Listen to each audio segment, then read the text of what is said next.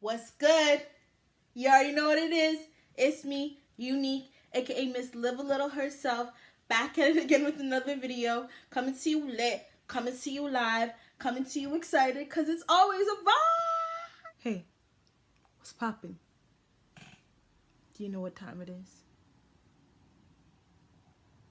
Story time. I'm so excited for this. Guys, this is my first story time. And I love to talk. I love to tell stories. Make sure you tune in because it's going to be eventful. It's going to be epic. It's going to be lit.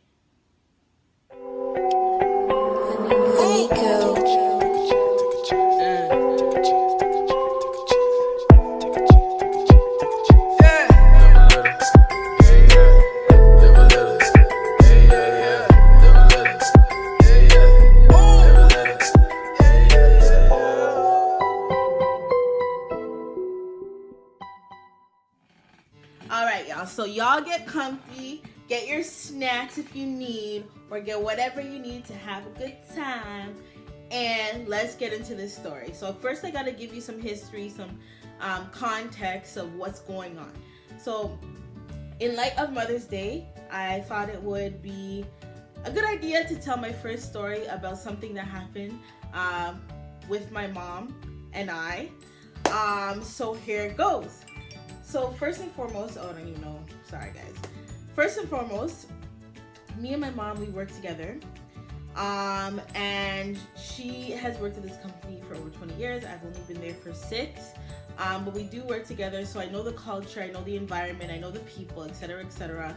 And with that being said, she got an opportunity, which was amazing, because me and my sister are big kids now, to go abroad or on an assignment for 3 months, and it was away. And she's done this before, like she's been to like Montreal, and I visited her, Thunder Bay as well, but nothing completely like this. So, drum roll.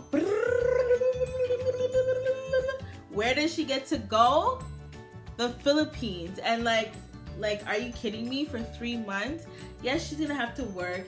Yes, she's gonna have to, focus. But at the same time, like, you're in a completely different environment. You get to explore, meet new people, etc., etc. So this is a bomb opportunity. I, for one, would definitely jump on something like this. So I'm so super glad that me and my sister give my mom the confidence to actually go and be like, yeah, we're gonna hold down the fort and keep it cute while she's away. Which we did with a little, parties here and there, okay? This is not one of those stories where I burned down the house or I did something to get my mom cheese while she was away. Nah. This is a story about me getting to go too. So essentially, I got to be someone who visited my mom while she was in the Philippines. And unfortunately, my sister, she wasn't able to go or come with me, but she had like back-to-back trips and tournaments lined up because she played soccer and basketball at the time. So based off of that, it was just like, I get to go because I have the time off, and it would be kind of unrealistic for her to consecutively miss school, and she's gonna have the opportunity to go on flights, catch flights, and not feelings anyway. So yeah, with that being said, before mom leaves, bare preparation, make sure you have the right clothes. You have to have clothes for 3 months. I couldn't even imagine that. First of all, you have to have the right papers, etc., etc., the right shots, blah blah blah. Get yourself in order. I threw her a going away party. It was a big deal. Like, we're used to each other, having each other around, and then she's definitely gonna have a big drastic experience. So I definitely wanted her to send her off with all our love and blessings and support, which that went fine. That went great. Fast forward now, the time that I get to go. We've been talking back and forth. The craziest thing is the time difference. It's 12 hours.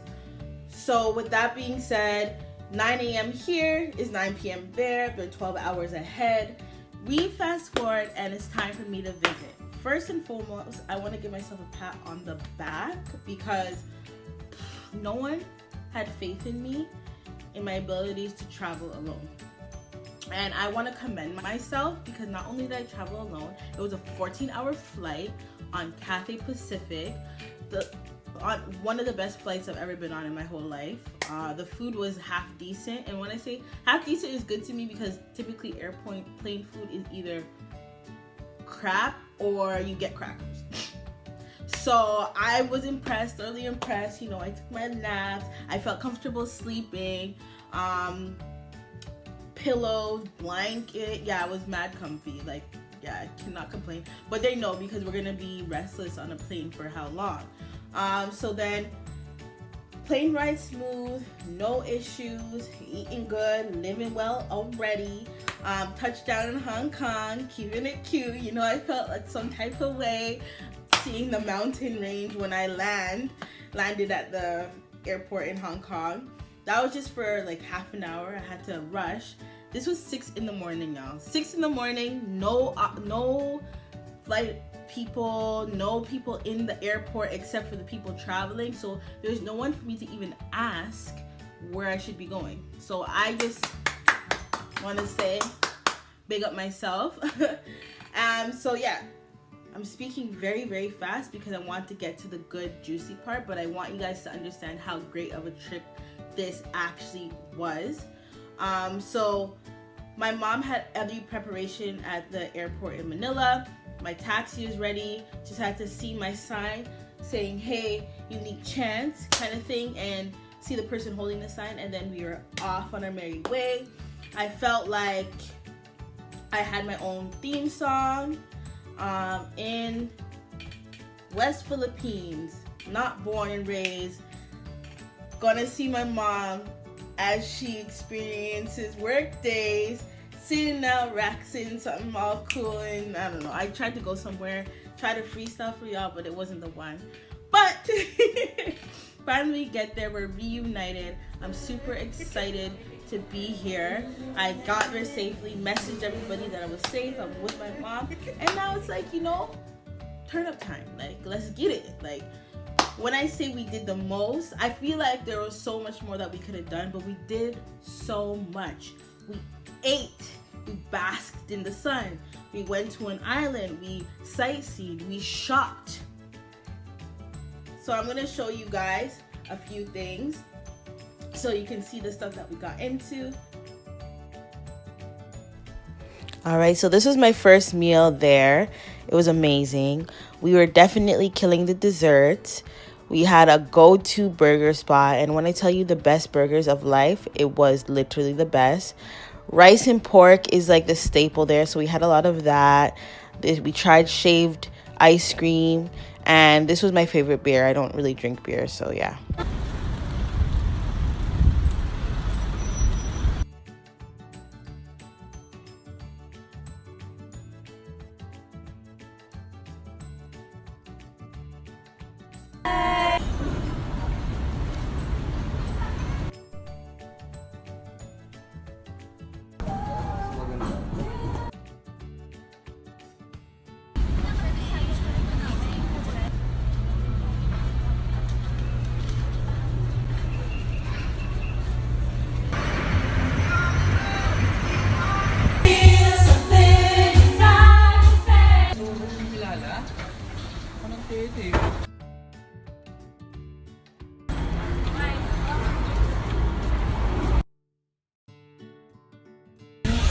Looking flawless, getting the what how to follow, what how to mention, you really hey. And I really want you to get close to me. So. Alright, so now that we know how much fun I had, it was gonna be even more fun going to Sugar Factory. So we found a Sugar Factory. There is none in Canada at all, period. And I think the closest one to Toronto is in Florida, near South Beach, which is crazy. So I definitely, being the Live a Little-esque person. At the time, I didn't have Live a Little in my mind, but at the time, I was always trying to do something that would keep me happy, you know, on a daily, weekly basis. So definitely going to Sugar Factory would have been one of those things. A lot of my happy places do surround food or something cool to see, visual, touch, blah, blah, blah. So I was so excited about this. And we planned on our last day, that's where we were going to go and enjoy, or my last day, sorry. That's where we're gonna go, enjoy, and be my last kind of hurrah after all the stuff we did the week, and, you know, enjoy, right? Right, it's planned.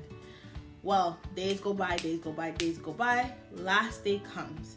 Now, my mom has to get to work for 9 p.m. Remember that.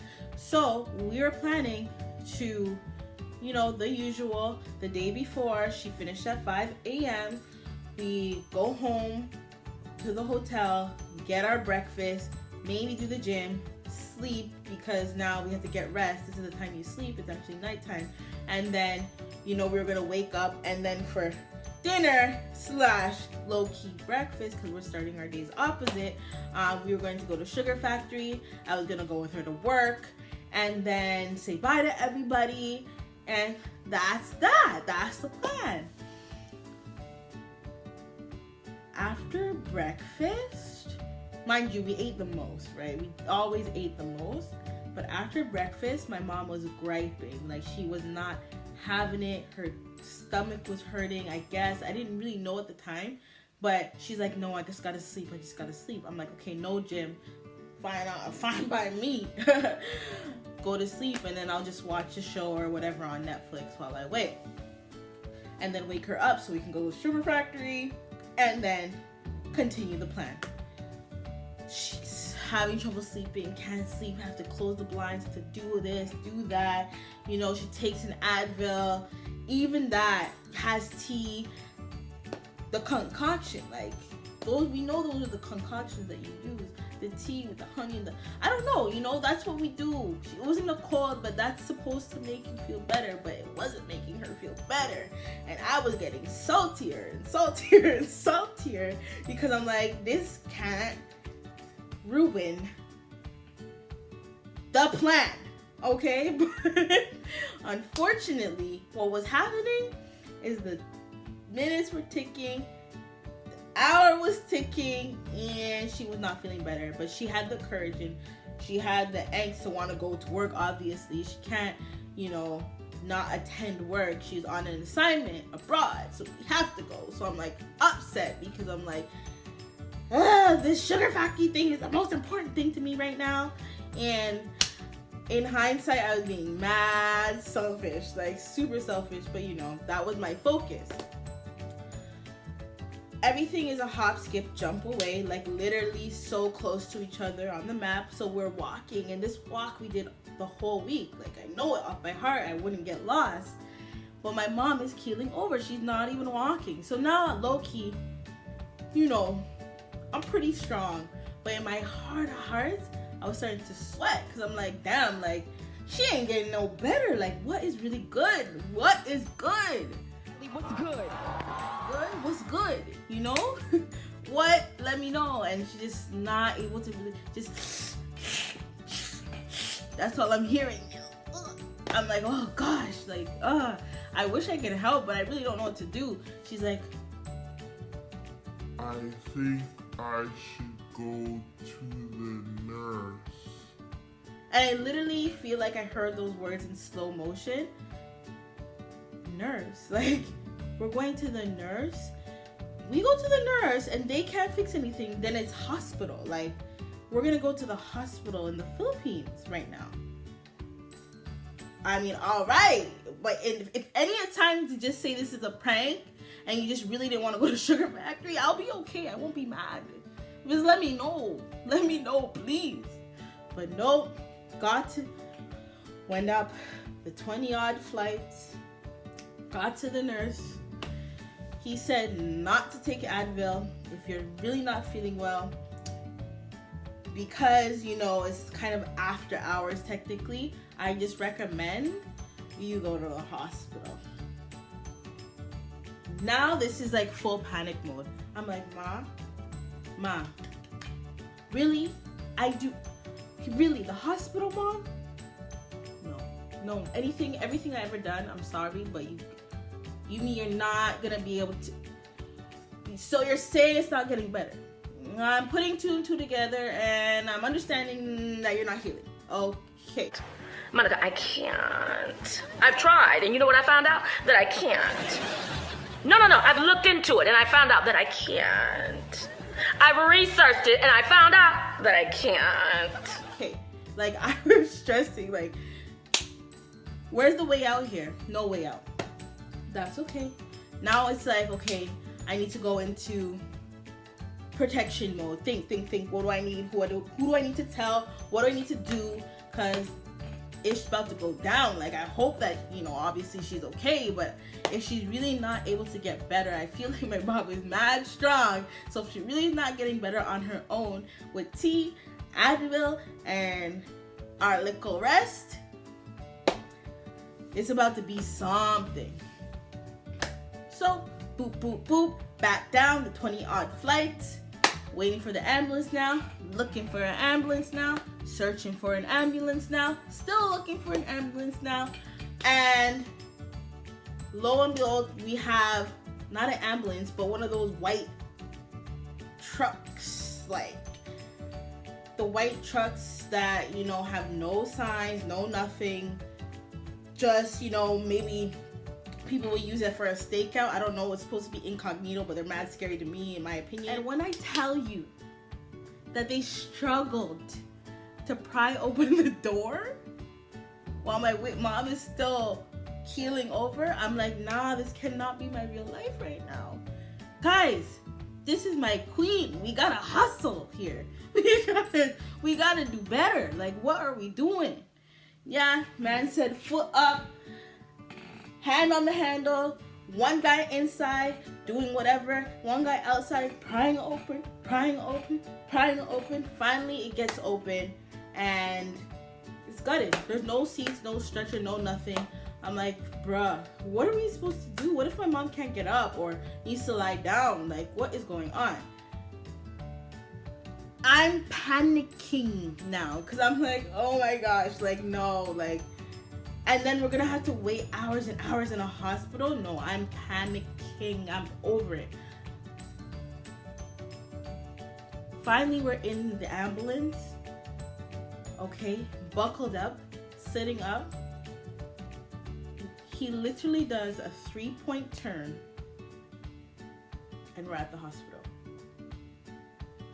All this to say, we could have walked. I could have wheelchaired my mom in less time than it took for us to open the ambulance and get her in. All right, when we get to the hospital, the entrance, it was like literally heaven's gates. I don't know what I'm gonna plug in the hospital, but this is probably one of the best hospitals I've ever been to in my whole life. This was just a complete 180 from the ambulance. I'm like, I see. The whole budget's on the facilities and the doctors and the nurses because this was lit. Like, I don't know. It was lit. The wait time, regular wait time, to be honest. We're in there calling. Now I'm calling everybody saying, hey, this is what's happening. This is what's happening. We're waiting. We don't know. I feel like they were mad busy. So I'm surprising that, you know, I think that if I remember correctly, the wait was about 5 hours to actually get an answer to what's going on. In that time, I went to the office, fired off an email, said, hey, I ain't coming back tomorrow. I gotta stay with my mom. She's ill, something's happening, blah, blah, blah. Extend my vacation type of thing. Thank gosh they were so supportive. Everybody was supportive. The people in my mom's class, they were starting to visit. They were starting to panic. They were trying to figure out, okay, what's going on. So they came, and they were definitely the most supportive people during this time because I was literally teetering on the line of panic. What is really good? Finally, finally, we figure out what's wrong. Her appendix is about to rupture. I'm like, yeah, no. Yeah, from what I remember, you know, you got to take your appendix out ASAP if it's giving you any trouble. So I'm like, this means she's got to take it out right now. She has to take her appendix out right now. We can't pack up, go on a plane, and fly home. Like, she really has to take out. Then that's when my mom's like, what? I'm about to have emergency surgery. This girl said, can I go home? Nah, we had to thug it out. Well, she had to thug it out and get her appendix taken out. I mean, they did their thing. They got it taken out. She survived to tell the tale. But that probably was one of the most scariest and traumatizing, overwhelming experiences that I ever had, because I literally had to think about not panicking so that I was more strong for my mom during this time, because I know that this was not the ideal setting, but we definitely knew that we are covered and blessed just by the hospital, just by the love and support that everybody showed. Like, we made it through.